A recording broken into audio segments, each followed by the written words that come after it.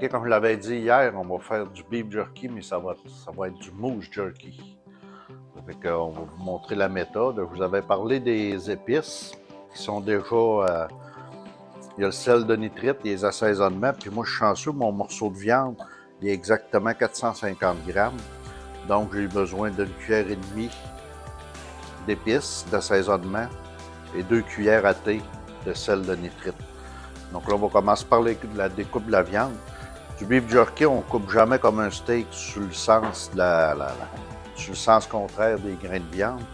On le coupe toujours sur le sens justement de la viande pour qu'il se tienne mieux quand il va être sec, quand il va être séché. Ça fait qu'on y va avec des tranches d'environ un quart de pouce, environ 5 mm. Puis on découpe toute notre viande comme ça. On essaie de les faire toutes de la même épaisseur parce que quand on va le faire, on va le passer au déshydrateur, ben, on veut pas qu'il y en ait qui c'est trop cuite, pas assez cuite. Ça fait qu'on essaie d'y aller pas mal avec notre... Puis comme je disais, ben, il y a plusieurs recettes sur YouTube. Ça fait que vous irez voir les recettes sur YouTube, vous inventez vos recettes vous autres mêmes. Mais ce que je trouve important dans le sel de nitrite, c'est qu'il va garder la couleur, la belle couleur de la viande au lieu que la viande devienne belle. La couleur va rester plus rouge un petit peu. Fait qu'on va continuer. Puis ça, ben, ce résultat-là, quand il va être séché, ben, il va venir mince, très très mince. Il va tout perdre son eau. Fait que je vais continuer avec la découpe. Là, quand mon steak va tout être, quand on va avoir fini de le découper, c'est pas compliqué. On va le mettre dans un sac Ziploc, un sac refermable de congélateur. On met tout ça là-dedans. On met nos épices.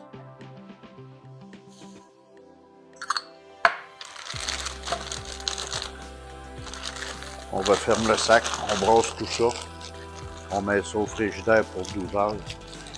Puis on va vous revenir demain matin pour montrer le déshydrateur. Donc à demain matin. Puis là, ce que je fais, il manque un petit peu d'épices. Je trouvais qu'il était un petit peu pas assez épicé. C'est que moi rajouté. J'ai ça ici qui traîne dans mon armoire. C'est des épices de barbecue Québec que j'utilise plus l'été sur le charcoal. Là, on est en plein hiver. Ça fait que je vais en rajouter un petit peu. Ça va lui donner un petit goût piquant et un petit goût de la Jamaïque. Ça fait qu'on y va encore... on va encore à peu près de même. Puis après ça, on continue à fermer le sac, puis à brasser, puis à masser comme il faut la viande pour que les épices rentrent dedans bien comme il faut.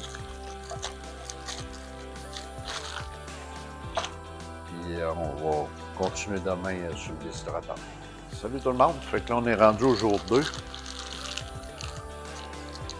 Le steak d'orignal, le jerky d'orignal bien mariné toute la nuit, en plus que 12 heures. Je l'ai fait hier vers 4 heures, puis là on est 8h30 du matin. Donc là je vais le mettre sur mon déshydrateur, sur les plateaux du déshydrateur. Une par une, puis après ça, mon déshydrateur est à environ 140 degrés Fahrenheit, donc 65 degrés Celsius. Puis pendant ce qui va cuire, pendant ce qui va sécher, ben on vient interposer les plateaux, on vient le virer, on le vérifie peut-être à tous les heures. Puis aussitôt qu'il y en a un qui est prêt, qu'on voit qu'il est prêt, qu'il est à notre goût, la fibre. Quand on le sépare, on voit que la fibre est comme blanche à l'intérieur, puis que c'est tout fibreux, c'est tout, vous allez le voir avec l'expérience un peu. Je vais vous le montrer à la caméra. Là, vous le sortez, vous le mettez de côté, puis sur les pièces qui sont peut-être plus grosses un peu, vous les laissez là pour encore un petit bout de temps. Puis ce que je voulais faire aussi, c'est pour ça que j'ai mis la pesée. Je voulais en peser un avant de le faire déshydrater et après la déshydratation. Donc là, on va les placer sur le plateau. Ce qui est important, c'est qu'il faut qu'il y ait un petit espace entre chaque. Faut pas qu'ils se touchent, qu'ils s'interposent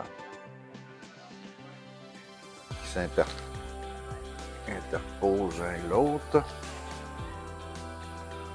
Il y a des petits morceaux, on va les mettre comme ça.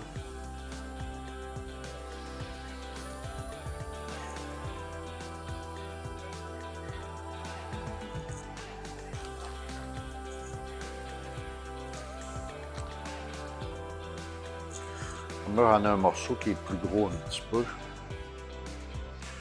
Je pense qu'on l'a envoyé sur le plateau d'en dessous. Donc, il va être plus près de la chaleur.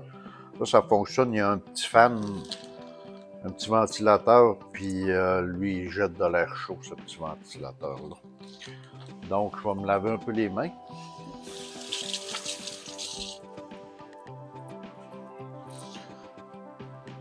Et puis, on va en peser un.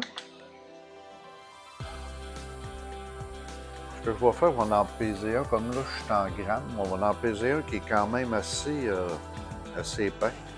Et on va voir à la fin de la déshydratation. Comme là, il est à 63 grammes.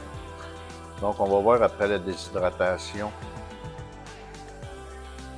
On va le placer tout seul là, dans son coin. Fait qu'on va pouvoir savoir que c'était lui.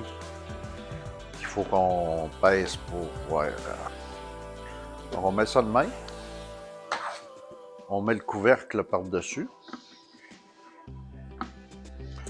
Et puis, on va décoller le petit ventilateur, puis on va être parti pour au moins 8 heures. Ou vous le vérifiez, puis vous le voyez quand est-ce qu'il est prêt. C'est après une shot ou deux, là, vous allez devenir des pros du jerky.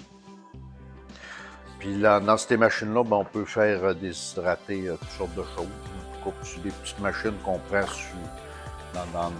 dans les gros centres, les Walmart, les Canadian Tire, toutes ces places-là. Puis ils viennent souvent en spécial, donc c'est des bonnes petites machines. Parce que le faire au four, ben là, il y a des méthodes au four qu'on voit souvent sur YouTube. Mais il faut laisser un espace pour pas que le four soit vraiment fermé. C'est tout ça. Je pense que si vous voulez en faire quand même assez régulièrement, ça vaut la peine d'investir dans ces petites machines-là. Puis, il y a panoplie de choses qu'on peut faire avec. Donc, on va partir le déshydrateur. Puis, quand il va commencer à être prêt, ben, on va filmer puis on va montrer comme fois à la caméra c'est quoi le résultat qu'on attend. Puis là, je les ai mis en grosses tranches comme ça. Puis quand il va être prêt, il va être déshydraté, il va être prêt à être mangé, ben je la recoupe tout en petites bouchées. Je mets ça dans un sac sous vide, puis quand on arrive quelque part, en forêt, n'importe où, on fait un feu dehors, on prend une bière, ben on sort le sac, puis là, les gens peuvent en prendre juste des petites bouchées au lieu d'avoir un gros steak, puis de croquer là-dedans, puis on s'arrache quasiment les dents avec ça. Fait que moi, j'ai coupe tout en petites bouchées. Ça fait qu'on va vous revenir tout à l'heure quand ça va commencer à être prêt.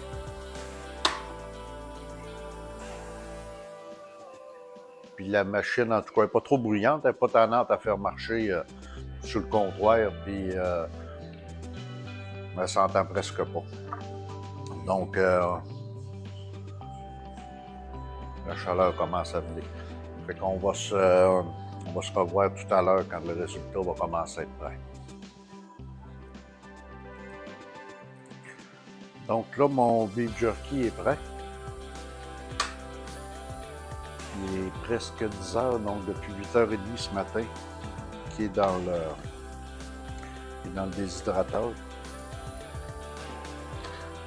Déshydratateur. Là, on va regarder la pièce que j'avais gardée, que ce matin, elle pesait 63 grammes, si je ne me trompe pas. On va la repeser pour voir comment est-ce qu'elle a perdu. Quasiment la moitié, là, elle est à 33 grammes, donc elle a perdu environ 50% de son eau.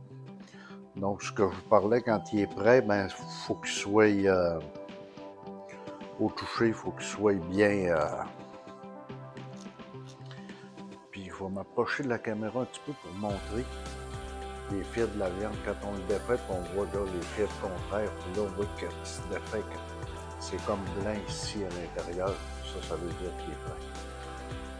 Puis moi, ce que je fais, ben, Pour le conserver, je le coupe en petits morceaux, comme j'expliquais ce matin, en petites bouchées. Puis je le mets dans des sacs sous vide, je le mets au congélateur, puis quand je sais qu'on va en manger, moi je sors un sac. Pour combien de temps qu'il peut se conserver au frais, ça je sais pas, j'ai jamais essayé. On le conserve toujours de cette façon-là, puis après 3-4 jours, ben, on le mange, puis tout est prêt. Donc voici mon beef jerky, puis prochaine recette, ça va être une surprise.